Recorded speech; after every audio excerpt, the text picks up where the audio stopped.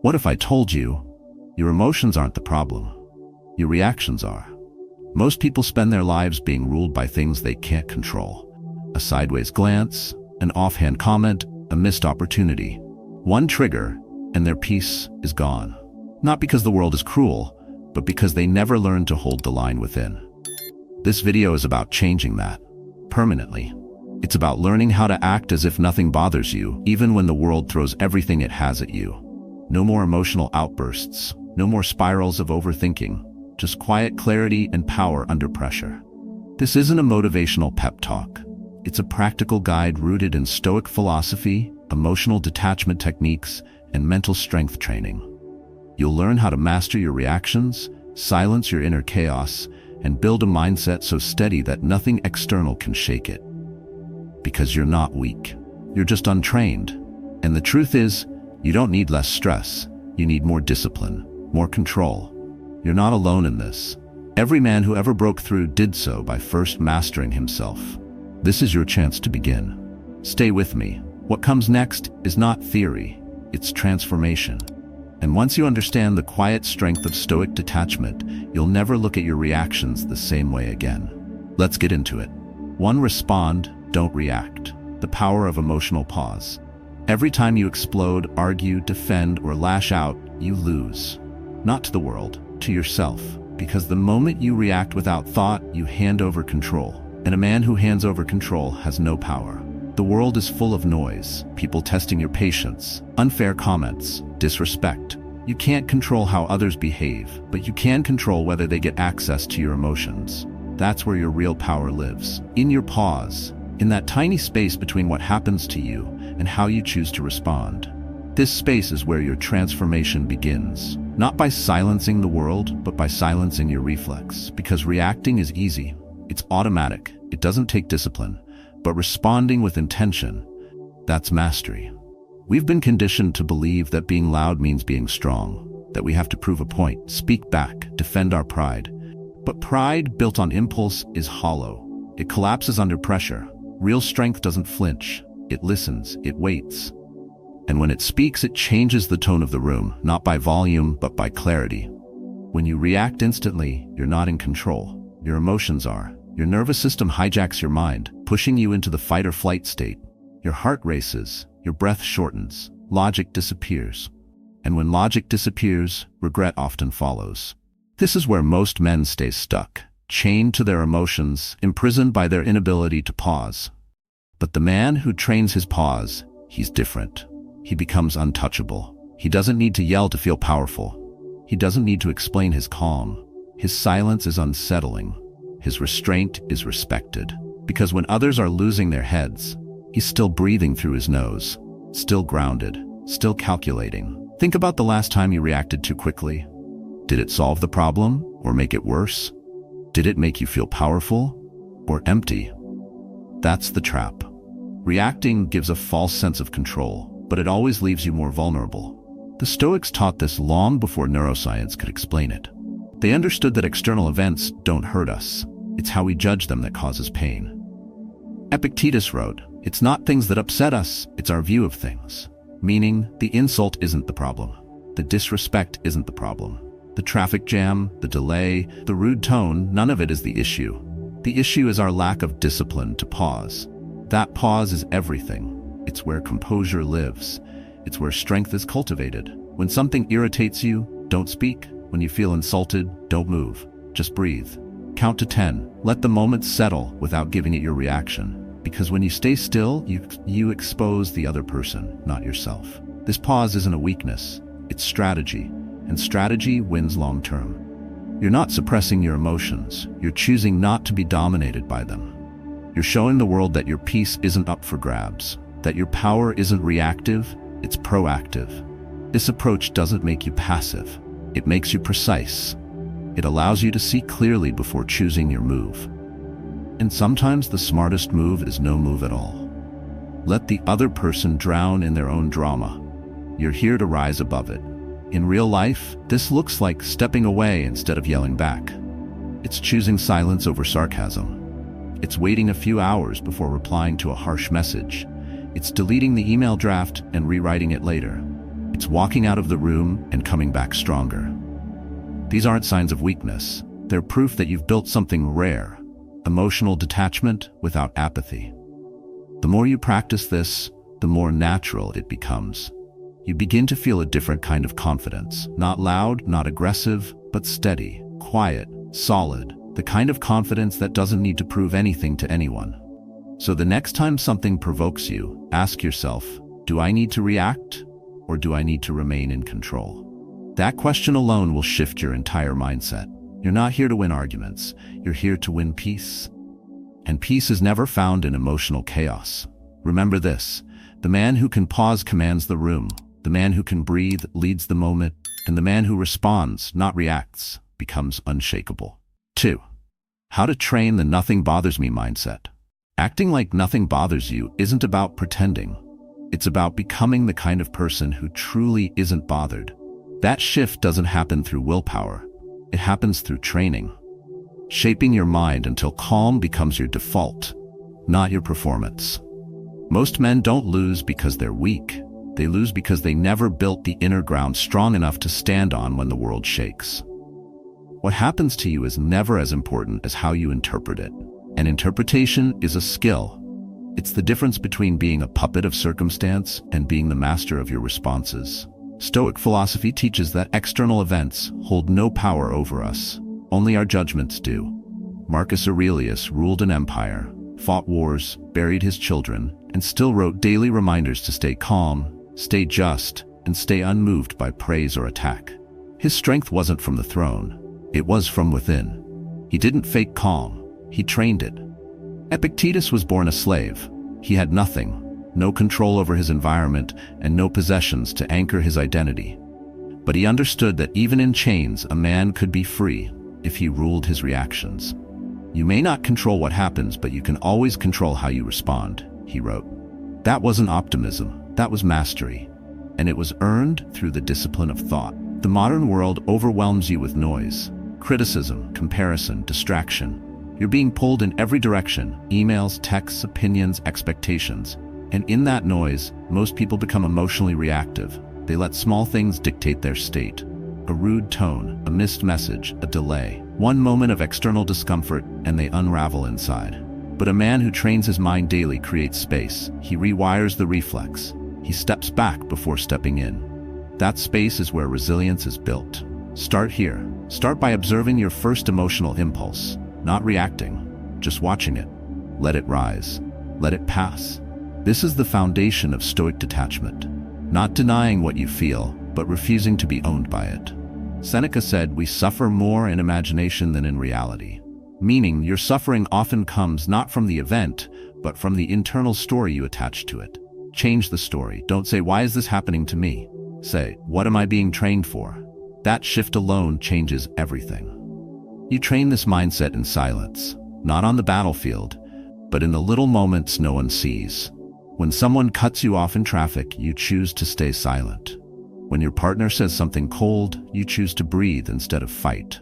When you feel the pull to explain yourself, and you decide you don't owe anyone your peace.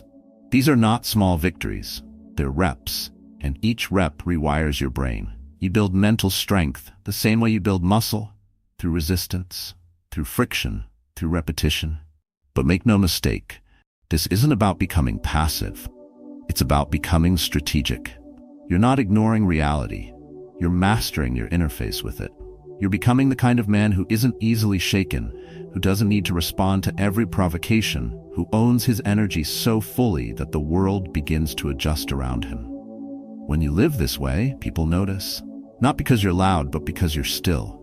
Not because you dominate, but because you don't flinch. You're no longer chasing validation. You're no longer proving anything. You walk into a room and bring gravity with you, not noise. And it's not about being perfect. You will stumble. You will react. But the man who is training his mind will recover faster. He will return to stillness quickly. That's the difference. He doesn't live in chaos. He returns to calm. So if you want to act as if nothing bothers you, don't perform it. Build it. Build it in your mornings. Build it in your silence. Build it when no one is watching. Because the strength that makes a man unshakable isn't inherited. It's chosen. one thought at a time, one breath at a time, one pause at a time, and once it's yours, no one can take it from you. 3. Silence is power. Let them talk. You observe the strongest response is no response at all. When you choose silence instead of reacting, you take control of the entire situation. Not because you're avoiding the conflict, but because you're rising above it. In a world addicted to reaction, silence is the one move no one sees coming. It disrupts patterns, it disarms egos, it resets the energy in the room. People believe power is loud, visible, assertive. But the men who actually move things, who command presence, aren't chasing attention. They're observing, calculating, choosing when to speak and when to stay still. Silence isn't the absence of voice, it's the presence of control. And control is the foundation of the nothing bothers me mindset. When you speak too soon, you reveal what you're afraid of. You expose your insecurity. But when you wait, you become unreadable, unshakable. People can't manipulate what they can't predict. I know this because I've watched it unfold in real life. Dan was the kind of guy who used to jump into every argument. Someone cut him off in a meeting, he raised his voice. Someone joked at his expense, he fired back with sarcasm. It never ended well. Every exchange turned into a test of dominance, and he always left feeling like he lost something. But things changed the year he lost his job. Not because of his performance, but because he couldn't keep his temper under control. That's when he stopped and decided to rebuild, not just his career, but his entire approach to pressure. He started practicing silence. At first, it was hard. He told me it felt like weakness, like backing down. But slowly, he noticed a shift. People started leaning in when he did speak. His words carried more weight. He wasn't trying to win anymore. He was trying to understand, and that made him powerful. Dan's story isn't unique. Most men have been taught that reacting quickly is a sign of strength. It's not. It's usually fear dressed up as power. A man who knows himself doesn't need to prove it. He doesn't rush to correct someone who doubts him. He doesn't flinch at insults. He doesn't need to fill silence with defense. Because he isn't performing for approval, he's rooted in something deeper. That kind of internal discipline is rare, but it's trainable. Start small. When you're interrupted, pause. When you feel the urge to speak to defend yourself, don't. Let the silence work for you. You'll notice something strange happens. The other person begins to show their hand. The more they talk, the more they reveal their insecurities, their intentions, their lack of control. Meanwhile, you remain still, and that stillness becomes power. In negotiation, the person who speaks last usually wins. In conflict, the person who listens longer usually understands more. In chaos, the one who stays grounded becomes the center of gravity. This isn't about manipulation. It's about emotional detachment, about creating distance between you and the chaos of the moment, so you can choose your next move with clarity, not emotion. Silence also protects your energy. Words spoken in anger or defensiveness rarely land well. They don't solve the issue, they escalate it. But when you stay quiet, you give yourself time to think, to recalibrate, to decide if the situation even deserves your voice. Most don't. Most moments pass on their own, if you let them. The only reason they spiral is because we pour fuel into them with our reactions. There's another layer to this. Silence isn't just about others, it's about you. It teaches you to observe your own thoughts, your own triggers, to sit with discomfort without needing to escape it through words. That space is where real growth happens. It's where wisdom lives. You start hearing your own mind clearly, and once that happens, no one else's voice matters as much. So next time someone pushes your buttons, let them. Stay still. Let them wonder why you're not reacting. Let them feel the weight of your silence. Let them try to guess what you're thinking. That mystery makes you powerful, not because you're hiding, but because you've chosen not to bleed in front of those who haven't earned your truth. In the end, silence isn't passive, it's intentional. It's what separates the impulsive from the disciplined, the predictable from the powerful. Speak less, mean more. Stay quiet long enough and the world will start listening, because they'll know when you finally do speak, you mean every word. 4. Stay composed under pressure. Train before the storm. You don't rise to pressure, you fall to your level of training. And most men never train their emotions until it's too late. Pressure reveals your preparation. It strips away every performance and shows the truth underneath. That's why composure isn't luck, it's not personality, it's discipline, it's mental conditioning, and it begins long before the chaos arrives. When the moment hits, there's no time to build new habits. You either have them or you don't. You either control the room or the room controls you. Most people react to pressure by hoping it passes. Stoics do the opposite. They expect it. They train for it. Marcus Aurelius wrote to himself during the plague, political betrayal, and personal loss, not to survive it, but to sharpen his response to it. He didn't hope for peace. He prepared for war within. That's why he didn't shatter when everything else around him did. He rehearsed calm until it became his nature. Pressure doesn't only come in big moments. It builds in the small ones. The email came at the wrong time. The disrespect that lands in public, the unexpected shift in plans. These are tests, and the way you handle the small ones determines your capacity for the big ones. You don't stay composed by accident. You stay composed because you've trained your nervous system not to panic, not to collapse into emotion, but to stay anchored in clarity. Seneca once said, "It is not that we have a short time to live, but that we waste much of it."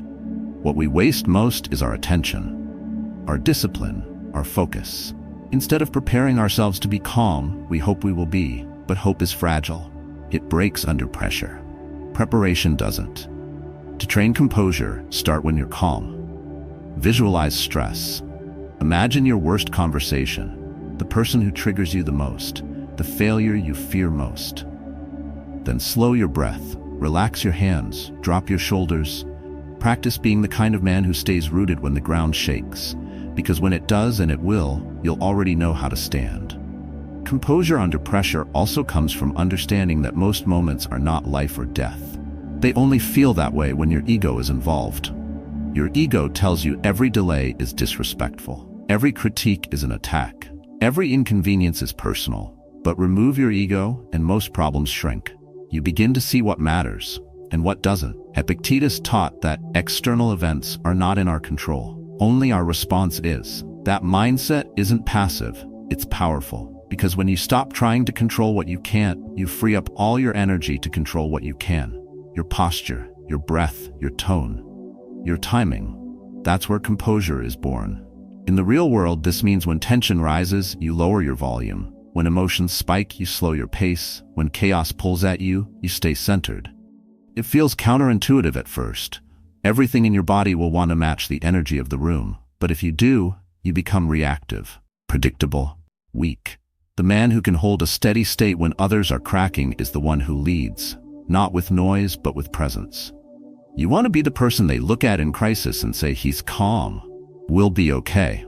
That doesn't happen by accident. It's built in morning rituals, in quiet reflection, in choosing restraint, in choosing stillness when stillness is the harder option.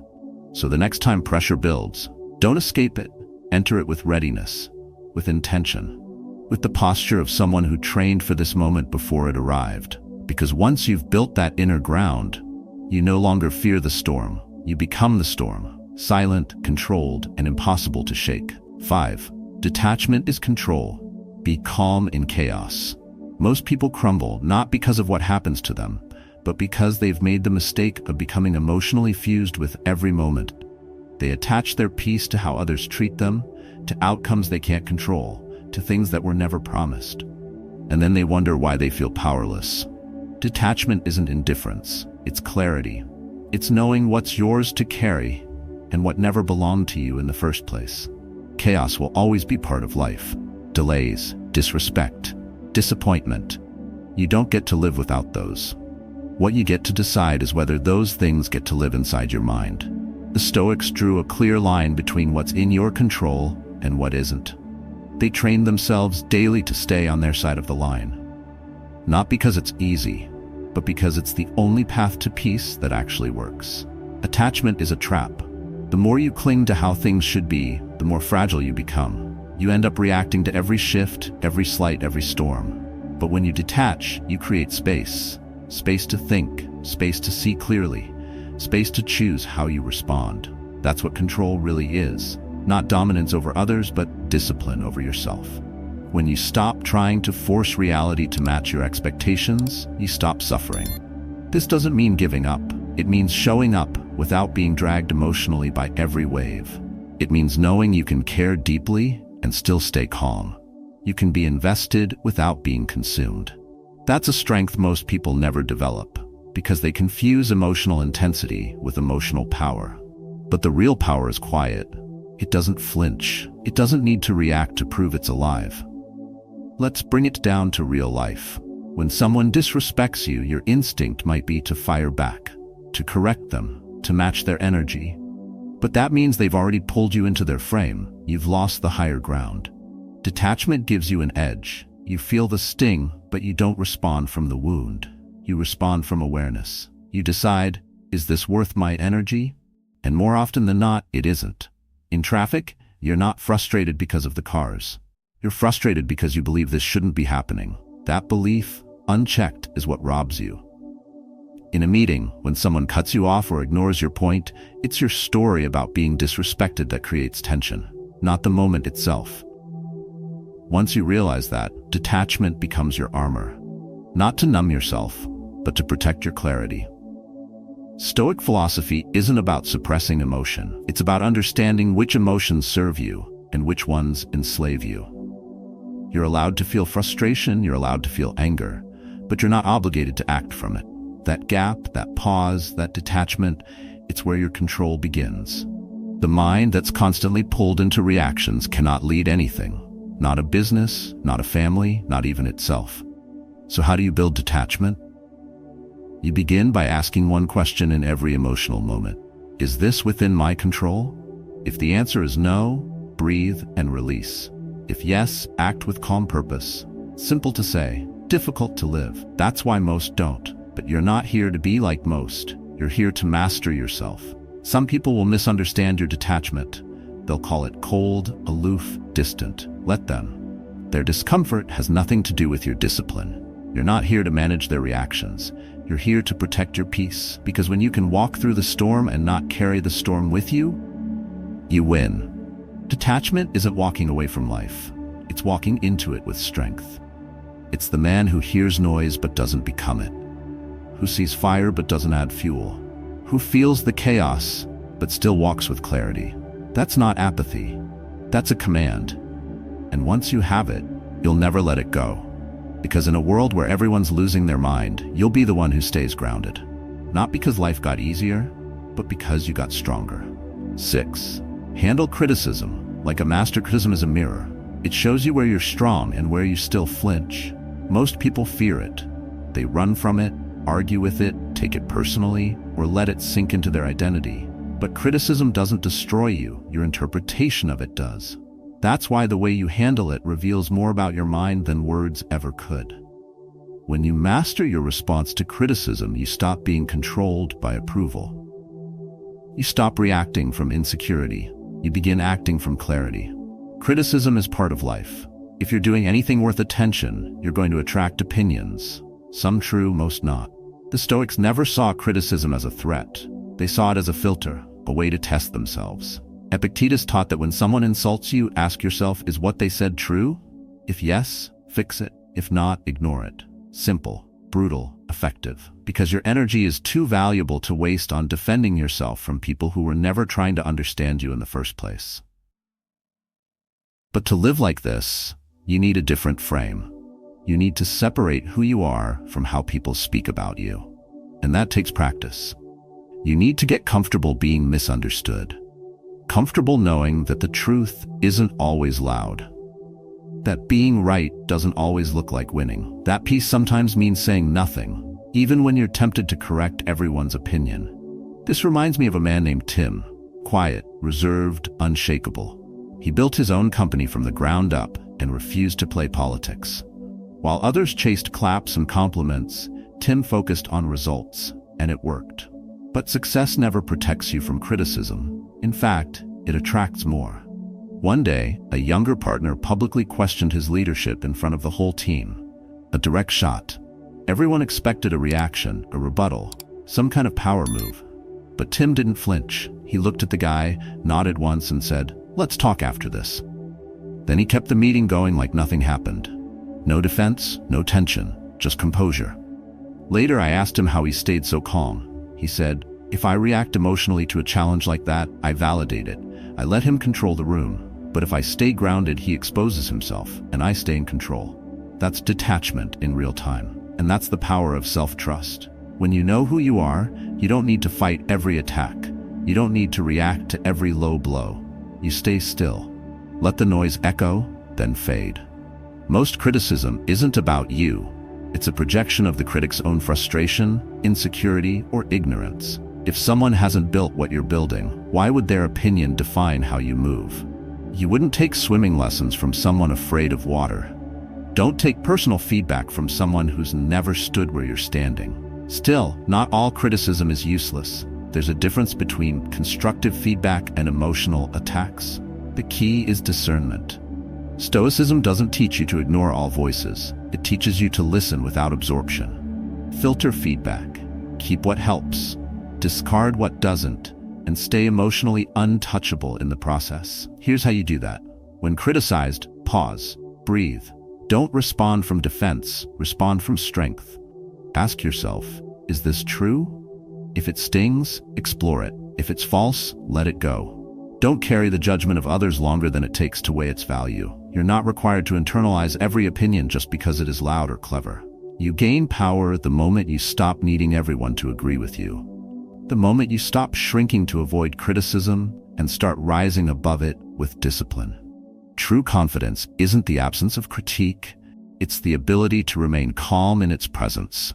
And once you master that, you free yourself, not just from their words, but from the fear that made their words matter in the first place. 7. Let go of validation.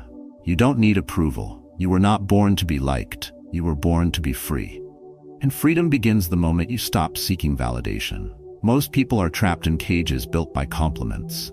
They rise and fall based on how others see them. They live for applause, avoid disapproval like poison, and shrink every time someone disapproves of who they are. But when your peace depends on people, your power never belongs to you. Validation addiction is subtle. It sounds like, was that good enough? Did they notice me? What if they don't agree? But behind every one of those questions is fear. The fear of being misunderstood. The fear of not being accepted. The fear of standing alone. Yet the irony is, real respect only comes when you no longer chase it. When you stop adjusting your truth to fit someone else's expectations, that's when people start to notice something different in you. You carry your own gravity. In Stoic thought, approval from others holds no weight unless you choose to make it so. Marcus Aurelius reminded himself daily that public opinion is fleeting and mostly irrelevant. He wrote, "It never ceases to amaze me. We all love ourselves more than other people, but care more about their opinion than our own." He was emperor of Rome, yet he still battled the same human weakness to be seen, liked, and understood, which means this struggle is universal. But it also means mastering it is possible. The deeper danger of needing validation is this: it makes you easy to manipulate. Say the right words, offer the right flattery, and your defenses drop. Criticize at the wrong moment and you spiral. That's not power, that's emotional dependence dressed in ambition. Stoicism teaches the opposite. It builds a man who can stand quietly in the storm of opinions and remain unmoved, not because he's arrogant, but because he knows who he is. Letting go of validation doesn't mean rejecting all feedback. It means learning to value your own voice more than the noise around you. It means taking advice with discernment, not desperation. When someone praises you, appreciate it, but don't inhale it like oxygen. When someone criticizes you, weigh it, but don't tattoo it to your self-worth. You can hear everything and still let your inner compass lead. This shift happens the moment you stop performing, the moment you realize you're not here to impress, you're here to express. Not to win approval, but to live with integrity. Because a man who is owned by public opinion will never do anything great. He'll live in hesitation, in self-censorship, in fear of disapproval from people who don't even know what they believe. And he'll never feel peace, only temporary acceptance. So how do you let go of validation? You start by noticing where it shows up. In your words, your posture, your choices. Do you say yes when you want to say no? Do you hide parts of yourself to fit in? Do you replay conversations in your head, wondering if you sounded smart enough? That's where the work begins. Not by changing what others think, but by breaking the need for them to think anything at all. The next time you feel the pull to explain yourself, to be liked, to gain approval, pause.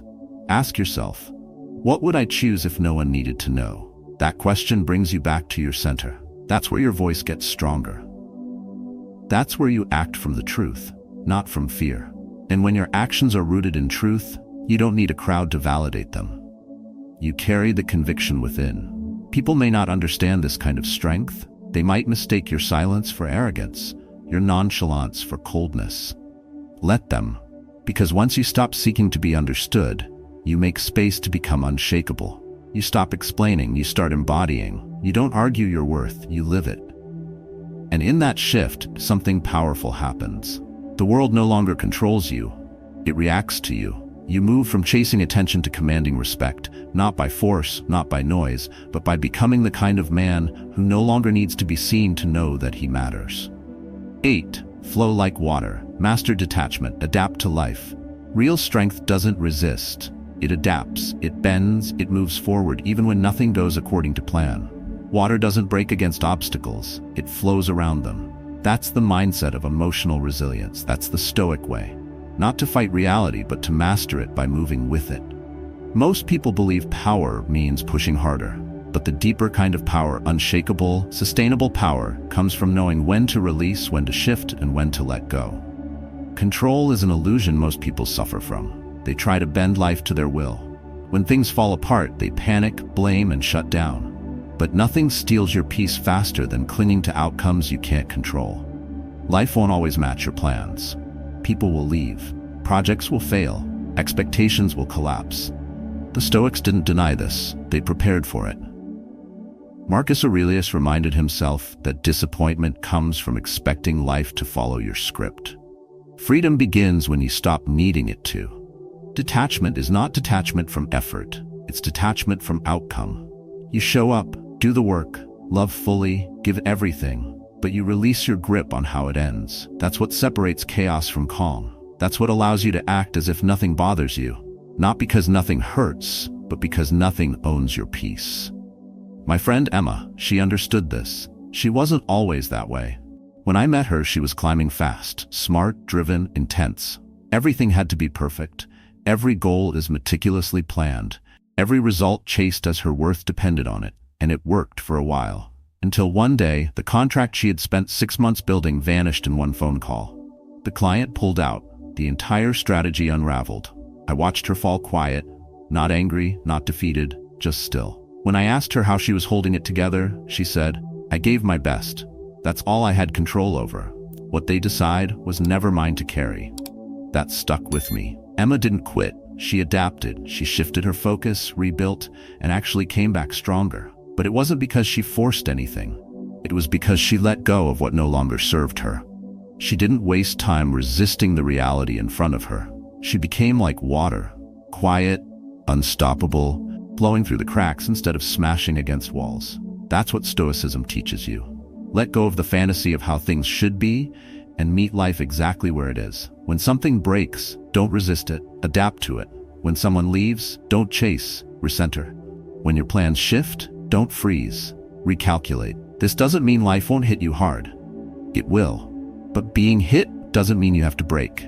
You move, you adjust, you stay in motion. The Stoics called this the art of living.